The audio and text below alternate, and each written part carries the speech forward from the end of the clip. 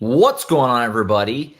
It is that time again, the Sooners Illustrated Podcast, episode 111 on this Monday, September 16th, 2024. It is a game Monday. Josh Callaway, James E. Jackson, Tom Green. We were all at the stadium on Saturday. Oklahoma is 3-0. They took down Tulane 34-19. Some really good, some really not so good. We're going to break it all down for you. And then at the very end, we'll peek ahead to what lies ahead coming up in just a few days. SEC play on the horizon. But guys, we'll get right into it as we always do on a game Monday. Full breakdown. We've had time. We had our instant reaction. We've had time to watch it back, kind of let the game wash over us. Let's go ahead and get right into the offense. So the offense was obviously going to be, that's where all the attention was going into this game after the Houston debacle, where they didn't do anything offensively, especially in the second half, didn't score a single offensive point. They scored 34 in this game. Jackson Arnold goes 18-29 with a pick, a really bad pick. We can get into it in a second. 169 yards and a touchdown. They ran the ball a little better. General feeling offensively in how it went. And we can kind of pull it apart, O-line, Arnold, all that as we go along. But, I guess it was obviously better. Not that that's a high bar, but it was obviously better. Where are you guys kind of at with the offense after what we saw on Saturday against Tulane, put 34 points on the board and find a way to get the job done? I thought the first half was a whole lot better. A lot better. I mean, look, they came out and they had a 14-play, 69-yard scoring drive, 14 plays, longest drive of the year. Just come out of the bat come out the gate. They get the running backs involved early on, get Jackson Arnold comfortable with some little swing passes to Gavin Sawchuk. Javonte Barnes got going on that first possession too. I think Jackson Arnold was 4 of 4 or 5 of 5 on that first drive. I think it was 6 of 7. No, I think the only 6 of 7 is what it was. Yeah, Burks in the corner. Yeah, right. Yeah, there you go. It was good. That looked really good on the first drive. Second drive they come out, they go 3 and out. Then they have a 10-play drive that results in a punt. But then they close the half with back-to-back touchdown drives, 7 plays, 60 yards, 6 plays, 67 yards. They nearly matched their offensive output from the Houston game in the first half alone. Obviously scored more points than they did against Houston. But things looked a lot better in that first half. Again, Jackson Arnold looked a little bit more confident, a little bit more decisive. Looked like they were just making things easier on him. He was making good reads. That 47-yard run on that RPO down the sideline, just like fantastic read. As soon as he saw the defensive end crash, he was like pulling this up. Should have been gone probably, but got chased down there. I liked what I saw in the first half. We can talk about the second half in a little bit, but I liked what I saw getting Taylor Tatum involved. Obviously, he's got the juice. He's a lot of fun. I think the most interesting thing about this offense through 3 games for me is that 2 of their most successful drives, they've gotten a little creative with personnel and formations. That drive that ended in the Taylor Tatum touchdown reception, they ran a lot of 2-back sets, split back sets with Taylor Tatum and Javonte Barnes out there. They ran that formation, got them the touchdown from Taylor Tatum on that drive. And then you remember last week against Houston, they had that 3 tight end set that sprung Jake Roberts for a touchdown. So when they're able to get in a little bit of a rhythm, get a little creative with their personnel, get different looks out there, they can keep a defense off balance. It's just a matter of being able to stay in a rhythm and stay ahead of the chains, which they were able to do much better this time around than they had the first 2 weeks. And you said it, Tom, but I think, like I said in the post reaction, kind of the instant reaction of the game, a lot of it was the run game. Getting the run game together was what fixed a lot of things for this OU offense.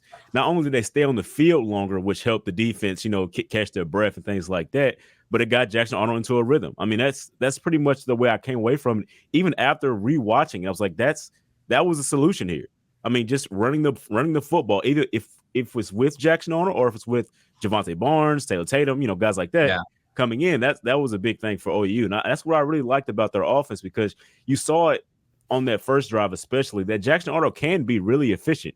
I mean, as we just said, he was 6 of 7, and it could have been, perfect if Burks wasn't kind of pushed out of bounds here a little bit there. Yeah, it's a great throw.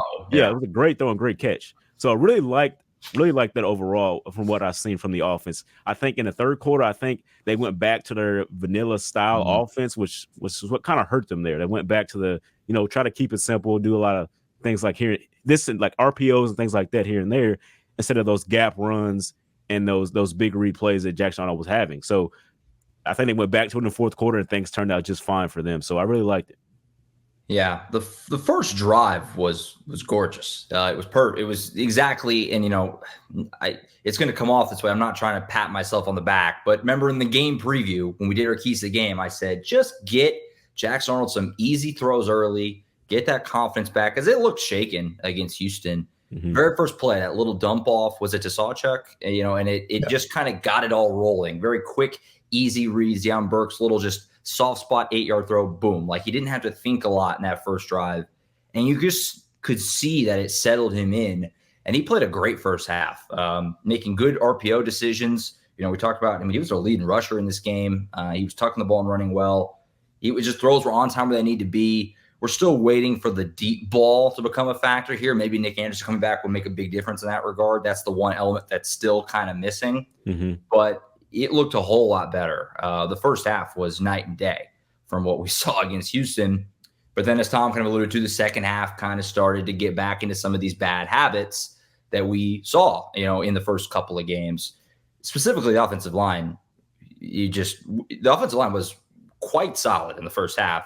The third quarter and into the early part of the fourth quarter, what happened? Like guys were just coming free, wide open on both the pick six that Arnold threw. Mm-hmm. A guy just came right through the left side of the line. Heath Ozida came over and helped Josh Bates. They double teamed one guy, and then he just came clean. And then it happened. The exact same thing happened on the very next possession, resulted in a sack. So the second half, like you kind of were referencing, Tom, it went backwards for a while. They saved it at the end, but it seemed like all the progress just went away at the flip of a switch, which is scary if you're moving forward because it's like, okay, it's so fleeting, we can lose it so quick. Yeah, look, big picture, the offense took some steps forward this week. Yeah, they needed to, and they did. Especially their third down efficiency was a lot better. They improved a lot week over week. I think in the first quarter alone, they were 5 of 6 on third down conversions. That's as many conversions as they had through the first 2 games combined. Mm-hmm. Right. And it went into a little bit of a drought there up until really Jackson Arnold's essentially game-sealing third down touchdown run there in the fourth quarter after Billy Bowman's interception. But the offense still isn't in a great place. They still have a lot to work out. Shout out to ESPN for this. Oklahoma is still 116th in yards per play, 117th in success rate, and they haven't played a good defense yet. The big play is missing. Yeah. There's no big plays. Yeah. Yeah. And again, success rate is basically, how well do you do on first downs if it, or right. Third and short, are you able to convert that? They're not doing great in early down situations. They were doing better this week. I think their average distance on third down improved by like 2 or 3 yards to gain from like 8.5 down to 6, which, still not ideal, but better. They need to get this stuff figured out because Tennessee comes in next week, and that right now is a top 10 defense in ESPN's SP+. Again, Tennessee hasn't really played anyone either. They've done what they're supposed to do and dominate those teams. But Tennessee looks really good right now, and this is going to be a huge challenge for Oklahoma, and I'm sure we'll get to that more later. Sure. But overall, you have to like that the offense showed progression this week, even if it still is not a finished product. And they're still missing some pieces. They were without Branson Hickman again. They were without Jake Taylor. Logan Howland got the start at left tackle, but by the, third drive, I think it was, he got pulled and they kicked Jacob Sexton out to left tackle and brought in Heath Ozida, who was pretty good in that first half. Again, you kind of alluded to that, the missed assignment there on the pick 6. Yeah. After he came in, they had that 10-play drive that they didn't score, but they were able to sustain the drive for a little bit before punting, and then back-to-back touchdown drives to close out the half. So I think they had something kind of work out pretty well there once they kind of shift the offensive line. I do think that having Jacob Sexton at left tackle is your long-term best bet. but they need to figure everything out. They need to get guys healthy. Obviously they have these young guys that still need experience, and they're only going to get experience by playing. So we'll see what happens. But overall, you have to like that the offense took a step forward. I mean, yeah, I've been convinced that it's not necessarily Jackson Arnold's doing for why this offense isn't clicking on all cylinders. I mean, I've really been paying attention to it. It has to be the offensive line. And when we talk about the run game and we talk about the cohesiveness of that unit, I mean, they've started a game with a 5 set of guys, and in every game since they started, it was always a different set of guys at the end of it. Like, it was like there were some people were in different positions. And so you have those breakdowns, like you talked about in an interception, where the guard, double teams a guy and somebody comes free. It's like they have to know every single position on that offensive line, those guys, because they don't know where they're going to be at, by the end of the game. I mean, like that's difficult for everybody. It's not necessarily just their wrongdoing. It's like they got to know so much now. And so I think all of that plays a part into what the struggles have been for those offensive lines. I mean, the entire offense so far. And so I think once they narrow that down, which they had a good unit. Tom, what was that unit that you had? You posted about it during the game. It was like they had that 2 scoring drives. It was a set of guys that were there. It was Sexton at left tackle, Hito Zaida at left guard, Josh Bates at center, Fabechi Wewu at right guard, and Michael Tarquin at right tackle. Yeah, I think Tarquin came out for a few plays because they had something going on with his helmet that they needed to fix. So Spencer Brown came in, but for the most part, that was their offensive line for essentially 3/4 of the game, maybe a little bit more. And it worked out well in the first half, but again, missed assignments. Hito Zaida just not picking up the blitz and going to double team the tackle on that pick 6 was brutal. Wasn't all on him. Obviously, it's a breakdown in protection, but also Jackson Arnold needs to make a better decision after evading that tackle. Seth Luttrell talked about that after the game. It's like, man, don't try to be a hero. Just try to make a positive out of a negative. Like, just take off. Try to gain a couple yards instead of throw it away. Making a poor decision like that, because things got hairy there for a second. Yeah, I mean, and that unit, I mean, you're going to bring back Branson Hickman at some point to add there. And I think those could be the guys, I think, for this offensive unit, because, I mean, that's the group that looked the best. I mean, we talked about it. Coach Bill Beatenbow, he takes, sometimes he takes a lot of time to get to the starting 5 that he really likes. And, he progresses throughout the season to get there. And I think those 4 of those guys could be the backbone of that. And you bring Branson Hickman back, his intelligence, his play style, things like that is all going to help out. Yeah, I kind of alluded to it or kind of said this on the instant reaction, but like the offense was better today or on Saturday, but the problems are still the problems. It's not like, oh, these things are fixed. They still don't have any receivers doing anything outside of Deion Burks. The young guys, Zion Rag and Zion Kearney, both had 1 catch each in this game, but other than that was literally it as far as receivers who had a catch. No Brandon Thompson, no J.J. Hester, no Petaway, no anything. I mean, Bauer Sharp has helped. Got Jake Robertson there, and they got the running backs a little more involved. Like we said, Sawchuk, and they threw out to Barnes at least once or twice. But that's still a problem. They still don't have Gavin Sawchuk going in the run game, which is shocking. He was a 100-yard machine last year. And obviously, yes, we've talked about it at length. The offensive line is a huge part of that. You're at the mercy a little bit of your offensive line. But he's clearly looked – I mean, Barnes and Tatum have looked like much more viable options in the run game so far. That's surprising. I don't know the position well enough to be able to diagnose what exactly is happening there, but they just haven't got him going at all. And then, like we just said, there's still offensive line lapses that you hope will get rectified as you get healthier. And we'll find out Branson Hickman, Jake Taylor, if those guys will be back soon. I do think Nick Anderson will be back hopefully this weekend. He was out there warming up. He looked good. They held him back again. You would think for this game coming up against Tennessee, and obviously we'll have all week to talk about that game, but you would think if anybody's even close, this would be the time. Okay, go. You gotta push it, because this is as tough as it gets all season, really. So yeah, it was better overall, but still some very obvious issues. Defensively, it was good again, good enough, obviously, to win the game. The first quarter and a half, they dominated. Tulane couldn't move the ball at all. And this is a good Tulane offense. Yeah. Young quarterback, obviously, but a really a lot of upside young quarterback. And, we talked about in the game preview, the running back, Mekhi Hughes, the year he was banged up in this game a little bit, which didn't help. Mario Williams, their skill positions, they're a good offense, couldn't do anything. For about 3 possessions in the middle, they got the groove. They went down, missed the field goal, but then back-to-back touchdowns. But then when the chips were down, the defense settled back down, got some big stops late, the big Billy Bowman interception, which this time the offense cashed in. They weren't able to do that against Houston. They did do it this time. Yep. What do we think defensively? It's still really good. Again, we didn't really know. This was clearly going to be the biggest test so far. Overall, it was good. They gave up 2 touchdowns. At the end of the day, you give up 2 touchdowns, they're going to be in good shape a lot of the time. Defensively, what do we think? It was another strong performance, it felt like, overall. Yeah, I thought what John Summerall, Tulane's coach, said after the game was pretty telling. He's like, this is Oklahoma, SEC, Big 12, whatever conference you want to put them in, they're going to be one of the better defenses in the country this year. And again, this is a guy who's coached in the SEC at Ole Miss and at Kentucky. So he's seen good defenses. He knows what SEC defenses look like. But I was really impressed with the defense. For the most part, you talked about that early in the game, 3 and out, 5 plays punt, 3 and out, get a missed field goal when Tulane finally gets a little bit going.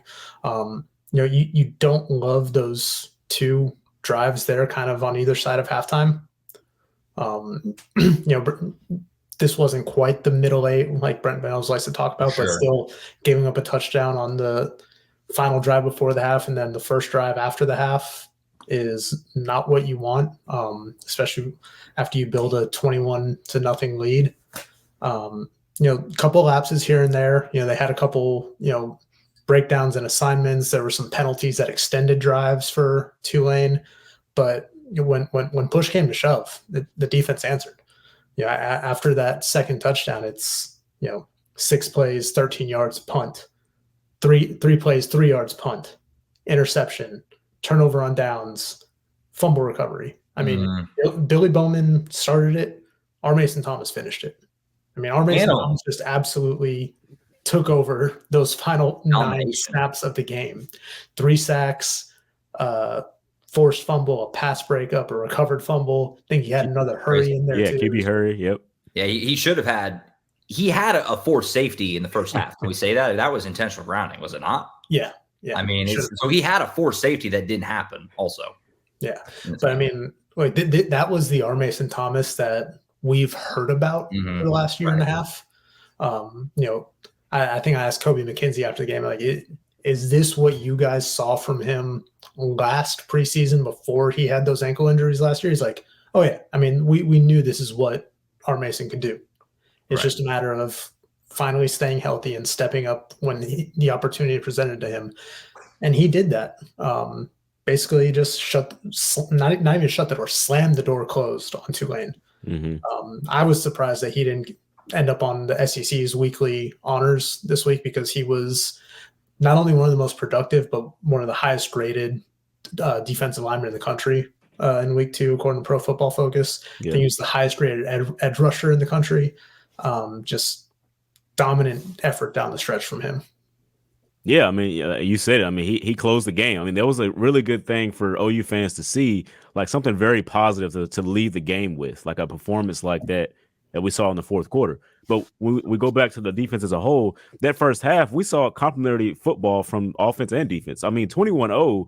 In a video game, all the gamers know you pass the sticks at that point, it's over. Yeah. So you gotta pass it on. But in real football, obviously you got to keep going, and that's kind of see where OU kind of fell off there.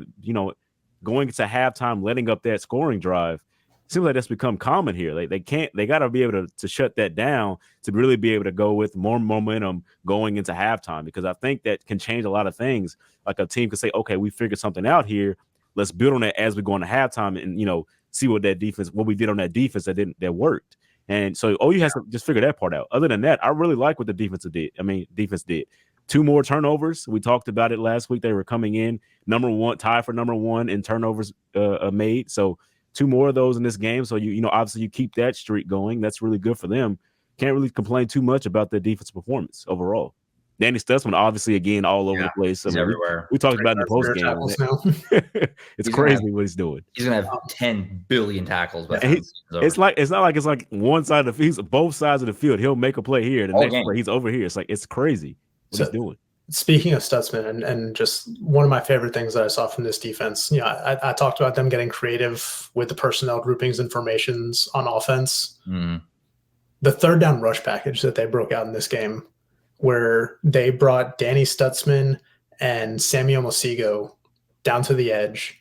They pushed Trace, PJ Adebaware and Ethan Downs into defensive tackle and dropped R. Mason Thomas and Trace Ford into the linebacker spots, but we're still rushing them. It was awesome. I thought that's just like cool. Like who thinks to do that? Just kind of like move those guys around, but play musical chairs with your front six right there. I thought it was interesting. I thought it was effective. I think it says a lot about the depth and the versatility that they have at some of these positions. But I like that as a rush package. I'm curious to see how much we see that moving forward. I think we saw it 2 or 3 times in the first half against Tulane, but just something to store away for later. Yeah. No, I thought it was a really strong day overall. Like you guys said, Danny Stutzman was everywhere again. It's a Tulane offense that, gave Kansas State fits. And I know that it's home road makes a big difference, but, they scored 27 on that Kansas State defense. Could have easily been more. And we saw what Kansas State did the following week against Arizona. That offense, we know what that offense is capable of. It's a statement. They only give up 2 touchdowns, overall. And just, again, I talked about this yesterday in field vision. Just when the chips were down, like offense is struggling. Arnold throws that pick 6. They immediately go 3 and out after that. And it's like, okay, this thing is slipping away. Just to buckle down and get the stops when you need to protect that lead. They did it against Houston. They did it again against Tulane. You guys might have seen, it's kind of funny. There's only, I think it's like 5 or 6 teams in the top 25 that have not trailed yet this year. And OU is one of them because the defense has just been elite in when it's a 1-score game, got to protect this lead. Mm-hmm. We lock it down. And that's a very vital, valuable skill, I guess I'm looking for there. Yeah. Cody McKenzie said afterward that they just, they kind of have this swagger in those situations when their back's against the wall. And I think he mentioned how like Brent Venables' best defenses all kind of have that trait to them. And this team in year 3 in the system with so many guys that have been around for most of that time has kind of adopted that. They're comfortable now. They're more comfortable. You take away Jackson Arnold's pick 6, and I think the defense is giving up like 8.5 points a game so far. That'll do. I know it hasn't been the stiffest of competition, but you did play a power 4 team. You did play a really good group of 5 team in Tulane. There's something to be said for the defense, handling its end of the bargain so far. Now, again, we'll get into this more next week, or not next week, but later in the week, the game preview. But Tennessee is the number 1 offense in the country right now. It is going to be a big task for this defense this week. Mm-hmm. For sure. And I thought the secondary was pretty good in this game again. Woody Washington on that trick play, that flea flicker, just staying home and covering that well. He kind of a lot of examples of that. James, you point out Des Malone in instant reaction. I thought he was good in this game too. I think Danny almost intercepted the second flip on the flea flicker. Like he almost got a paw. They were all over that. Yeah. Yeah. It was really well defended. And look, the defense, they did this without essentially 2 starters in the secondary. Mm-hmm. Yeah. Kendall Dolby was out, and they kind of had to piecemeal things at Cheetah. Woody Washington got the start. Samuel Masigo was in there. Even saw Jaron Canick get a couple series in there at Cheetah. And then Gentry Williams out, obviously. And with then Woody shifting to Cheetah, you have to kind of work around some things because you have Des Malone, Kanai Walker, Jacoby Johnson. Just saw Eli Bowen a lot. I thought he looked really good in his most significant playing time as a freshman. A lot to like about this defense right now. Yep. 100%. Special teams was better. Tyler Keltner made both his field goals. That delay game was horrid. Hopefully you just write that off as like a one-time thing. It cost him 3 points. Just I would have still attempted it because the 50-yarder would have been good from 55.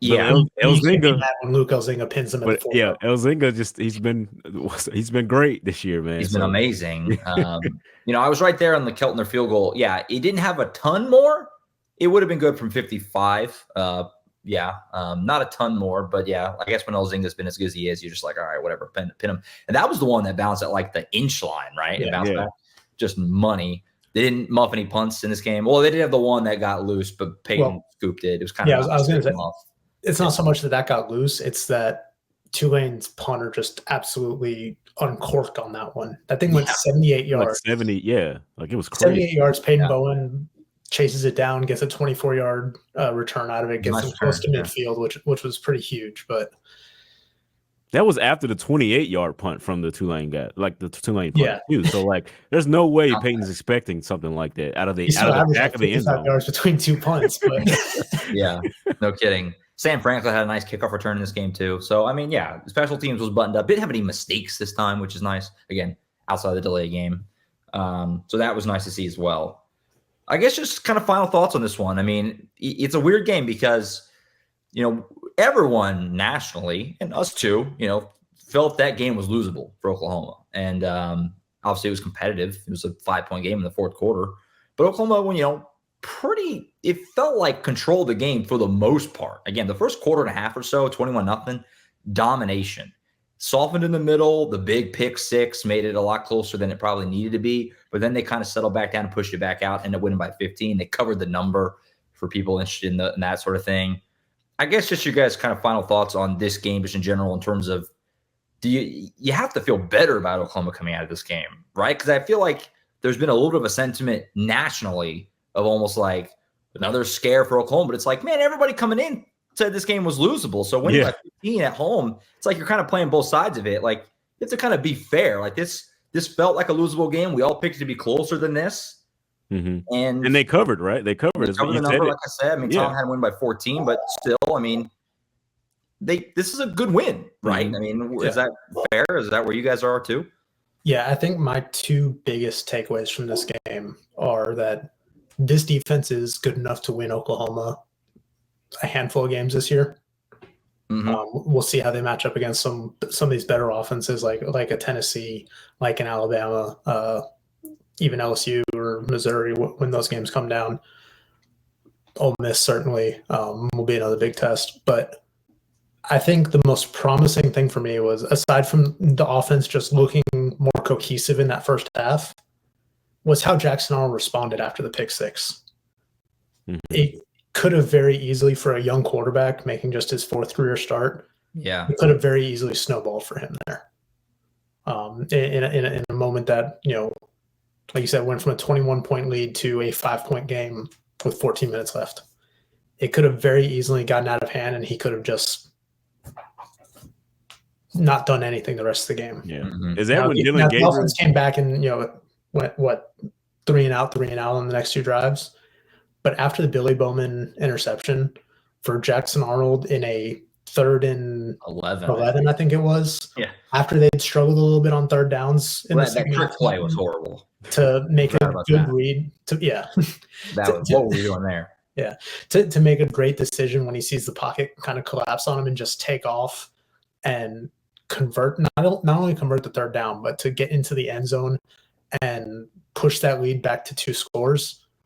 I thought it said a lot about his resolve, and Brent Venables talked about it afterwards. Like, it's signs of maturity for him to not let that interception beat him twice, right? Or to let that linger. So for him to just kind of be able to, brush it off, regroup, and then punch in that game-winning touchdown, or game-stealing touchdown, essentially. I thought it spoke volumes about Jackson's development, even though like his numbers weren't overwhelming in this game. But to run for nearly 100 yards and 2 touchdowns and have another passing touchdown and be pretty efficient early on in the game, I thought it was good signs. Mm-hmm.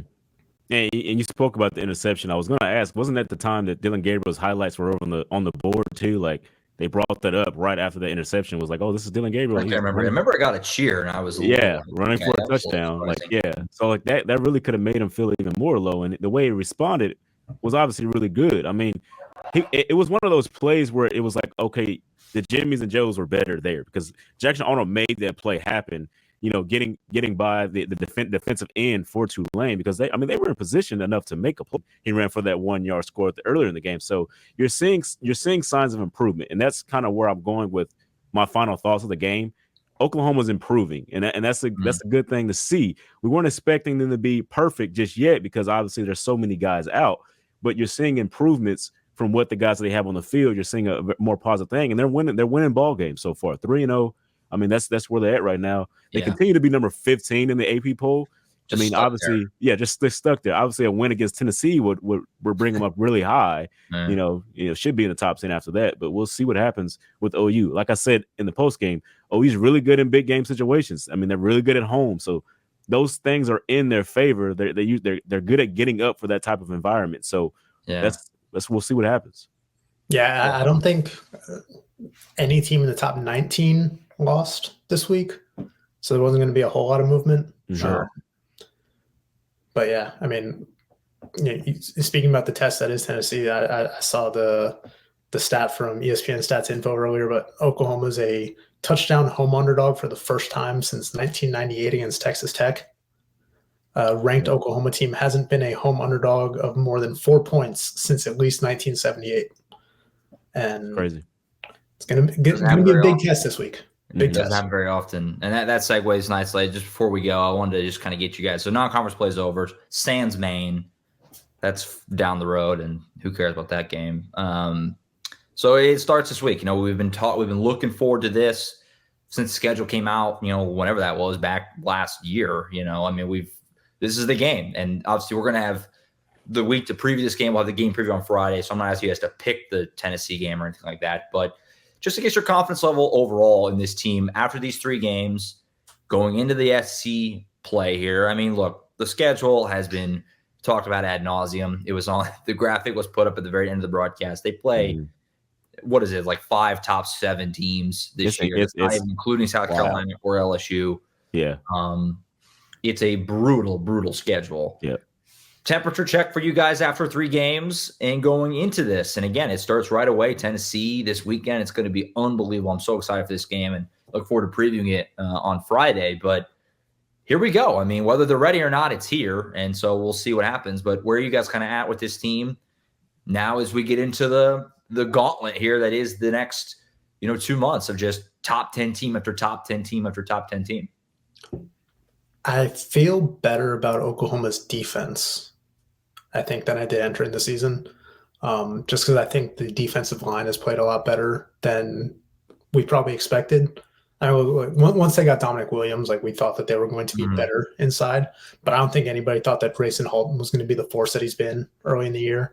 And then if you can combine that kind of production from the interior with what you got from R. Mason Thomas, and then Ethan Downs, I know he's kind of been a little bit quieter, but he had 4 pressures against Tulane.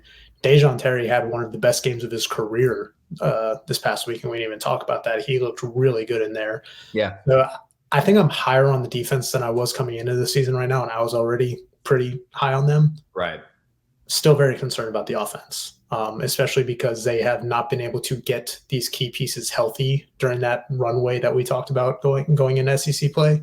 So you're still figuring stuff out. And you hope that you can get a Nick Anderson back, probably this week. You hope that you can get a Branson Hickman back soon from that ankle injury. You hope Troy Everett can continue to progress after that knee surgery in the spring, because he's another guy that's played ball and can, play a couple of different positions for you if you need to plug someone in there. And until they're healthy, I don't think we're going to know what this offense fully looks like. Certainly the injuries to Joel Farouk, the injury to Jaden Gibson, Andrell Anthony still not being where he needs to be with that knee, even though he's cleared. That takes a lot away from Jackson Arnold and this offense. So, my level of concern is probably higher for the offense than it was, a month and a half ago.